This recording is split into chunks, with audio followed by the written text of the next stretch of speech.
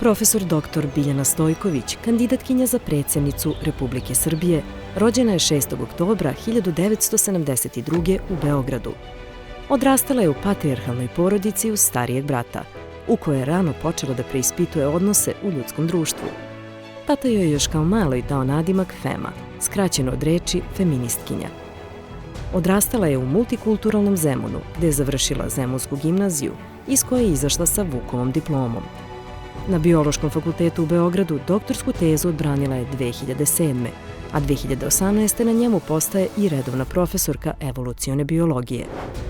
Biljana je jedan od osnivača pokreta Slobodnih građana i članica Saveta Skupštine Slobodne Srbije. Već duže od 2 decenije, kao neumorna aktivistkinja, bori se za ljudska prava i slobode. Poznata je po organizaciji mnogobrojnih protesta, blokada i po različitim akcijama u borbi za ženska prava i žensko reproduktivno zdravlje, a poslednjih godina nezaustavljivo se bori za zaštitu životne sredine. Već duže od 2 decenije u braku je sa istaknutim forenzičkim genetičarem Oliverom Stojkovićem, sa kojim ima sina. U svakoj sredini u kojoj se Biljana našla, puštala je glas za pravdu, jednakost i kvalitet života.